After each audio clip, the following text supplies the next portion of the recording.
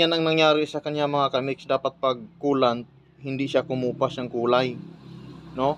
Kung anong kulay na nilagay natin, ganun pa rin siya. Kaso ang nangyari, ayan, naging tubig. Oh. Naging tubig yung laman niya. Hindi na coolant, hindi na kulay green. Kulay green po ang laman nito mga idol. Ayan, para maging aware sa inyo na bumili sa online shop. Panibagong vlog na naman tayo mga idol. Meron lang kong gustong i-share sa inyo, no? Itong coolant.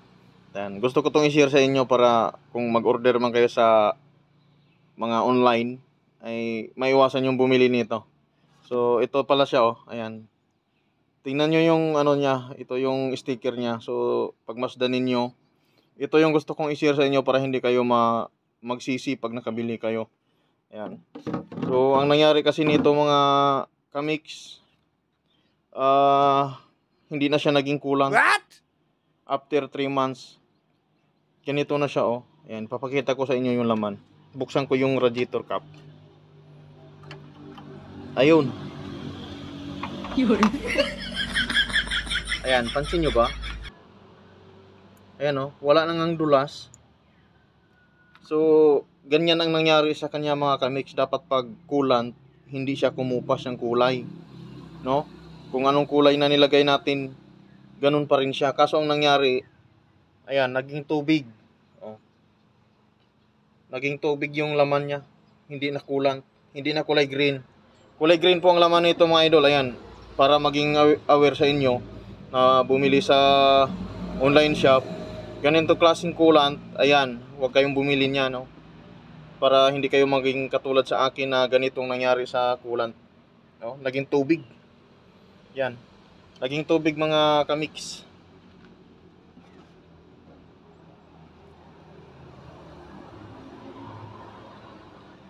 High performance ko, no? Yung pala naging tubig ang laman. Nilagyan lang siguro ito ng kulay green.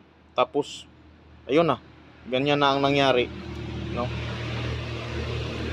Yan lang yung gusto kong i-share sa inyo mga kamix. Para hindi kayo maging katulad niyan. Naging tubig talaga siya. Dapat ano siya kulay green siya na siya. At saka hindi siya kumukupas, no? Kaya, yun, ma-advise ko sa inyo kung gusto nyo bumili ng coolant, sa auto supply kayo pumunta. Huwag sa online. Kasi hindi lahat ng binta sa online is good. Meron palang budol talaga. Isa na ako dito na budol dito. So ayan lang mga kamix. Kung gusto nyo bumili ng coolant, so punta na lang kayo sa auto supply. At sure na sure pa doon na hindi kayo mabubudol. Dahil sa online, yan, mga piki pala yung binibinta nila na ano. Hindi naman sa ano ha, hindi ko sinisiraan yung online. Talagang mayroong taong gumagawa ng mga ganong klaseng bagay, no? Siguro yun yung kinakasaya nila na makapangloko ng iba, di wow. So ayan lang yung gusto kong i-share sa inyo mga kamix. Ingat tayo sa pagbili sa online. Ayan, tingnan nyo ito. Ito yung coolant na hindi kaya-aya. Coolant na tubig.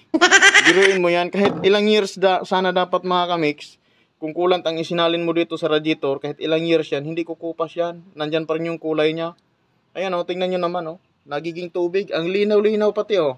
Wow. Kulay green ito nung sinalin ko to dito. Pero ang nangyari, naging tubig. So, ayan lang. Gusto ko lang i-share sa inyo para hindi kayo mabudol. Para hindi kayo maging katulad ko na nabudol. So, hanggang dito na lang. Sharing is caring. Bye-bye.